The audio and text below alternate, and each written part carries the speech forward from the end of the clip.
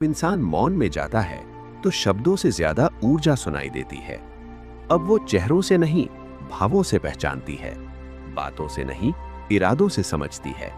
और उसे पहली बार एहसास होता है, बहुत लोग साथ थे पर अपने नहीं थे। गीता का चौथा सत्य, ज्ञानी समदर्शी होता है। जिसे ज्ञान हो जाए वो आकर्षण से नहीं बहता, वो सत्य को देखता है। अब उसे लोगों की बातें चोट नहीं देती, क्योंकि वो कारण देख लेती है। कोई घमंड से बोलता है क्योंकि वो भीतर से असुरक्षित है। कोई अनदेखा करता है क्योंकि वो स्वयं से भाग रहा है। कोई चोट देता है क्योंकि वो स्वयं घायल है। और ये समझ क्षमा बन जाती है। पहले उसकी चुप्पी दर्द थी, अब उसकी चुप्पी निर्णय है। अब वो हर किसी को अपनी कहानी नहीं बताएगी, क्योंकि हर कोई सुनने के लिए नहीं आता। कुछ लोग सिर्फ जज करने आते हैं। पहले अकेलापन उसे खाता था, अब एकांत उसे बनाता है। अकेलापन कहता है कोई नहीं है, एकांत कहता है मैं हूं। और जब मैं हूं का अनुभव होता है तो जीवन बदल जाता है। अब वो मनाने नहीं जाती, अब वो समझाने नहीं जाती, अब वो पीछा नहीं करती, क्योंकि उसे पता है जहां मूल्य नहीं वहां उपस्थिति व्यर्थ है। गीता का पांचवां सत्य, न ही ज्ञानेन सदृशम पवित्रम इह विद्यते। ज्ञान से बढ़कर कुछ भी पवित्र नहीं। उसे अब ज्ञान हो चुका है। प्रेम मांगा नहीं जाता, महसूस किया जाता है। सम्मान समझाया नहीं जाता, दिया जाता है। और जो दोनों न दे सके उसे पकड़ा नहीं जाता, छोड़ा जाता है। परिवर्तन, लोग कहते हैं वो ठंडी हो गई है, पर सच ये है अब वो स्पष्ट हो गई है। अब वो कम मुस्कुराती है पर सच्ची मुस्कुराती है। कम बोलती है पर सच्चा बोलती है। कम मिलती है पर सही मिलती है। भीतर की शांति, अब उसे शोर पसंद नहीं, बहस पसंद नहीं, साबित करना पसंद नहीं। उसे पसंद है सुबह का आकाश, शाम की हवा और बिना वजह शांत बैठना। क्योंकि अब वो समझ गई है, शांति बाहर नहीं मिलती, स्थिति बदलने से नहीं मिलती, स्वयं को देखने से मिलती है। अब वो अकेली नहीं डरती, पर एक नई चुनौती शुरू होती है। दुनिया बदलती नहीं, पर उसका देखने का तरीका बदल जाता है। और जब दृष्टि बदलती है तो रिश्ते भी बदलते हैं। जब दृष्टि बदलती है तो दुनिया वैसी ही रहती है, पर दिखना बदल जाता है। वो अब लोगों को बदलने की कोशिश नहीं करती, बस उन्हें देखती है जैसे वे हैं। और यहीं से एक अदृश्य दूरी बननी शुरू होती है।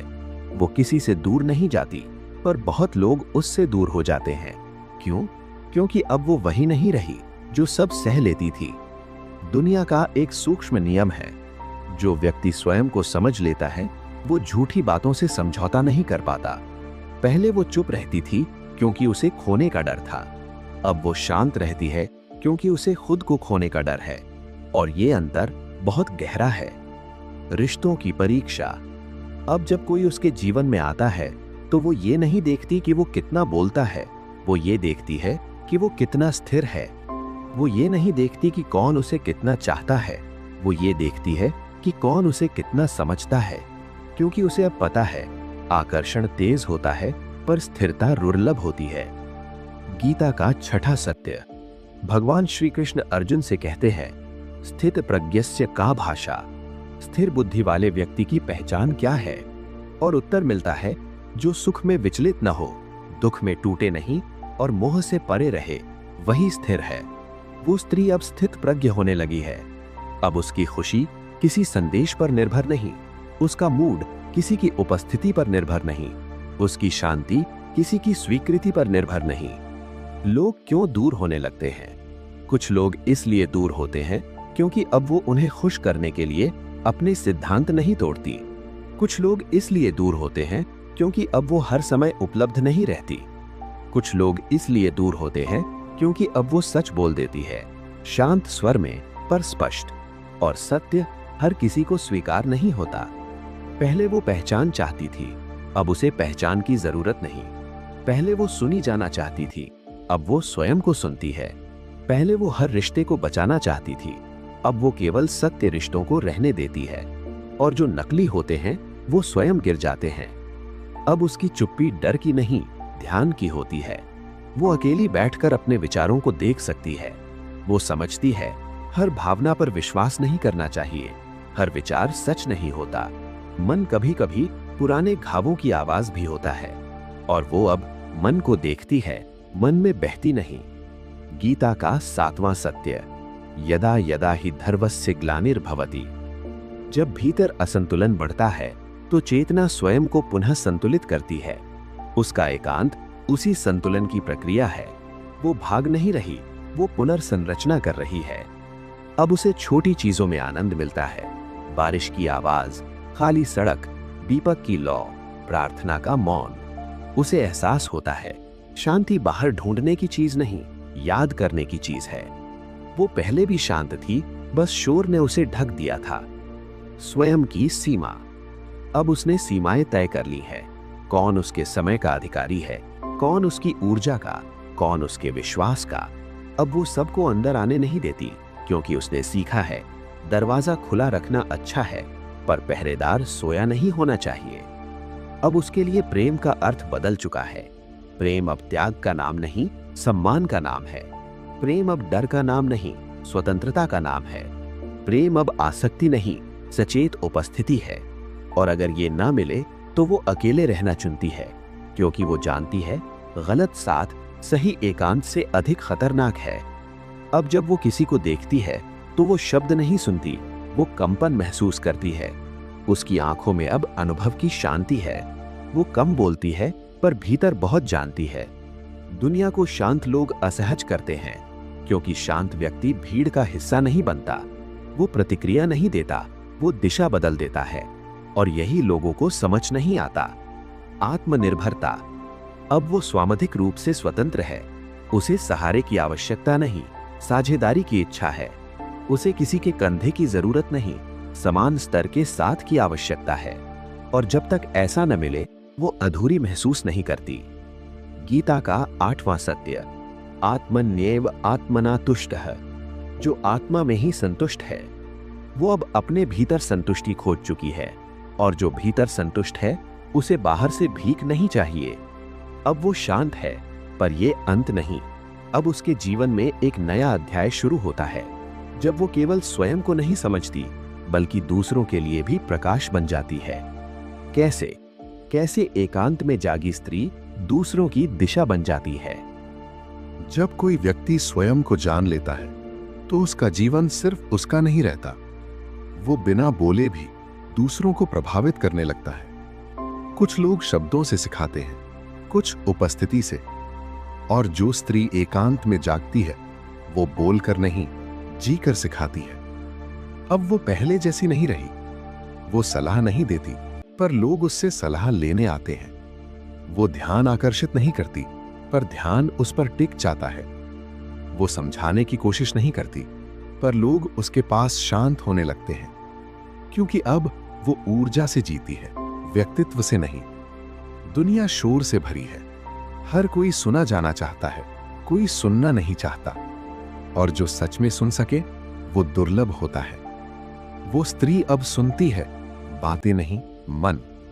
कई लोग उसके पास बैठकर अपना दर्द कह देते हैं, जिसे वे वर्षों से छुपाए हुए थे, क्योंकि उसे देखकर उन्हें डर नहीं लगता।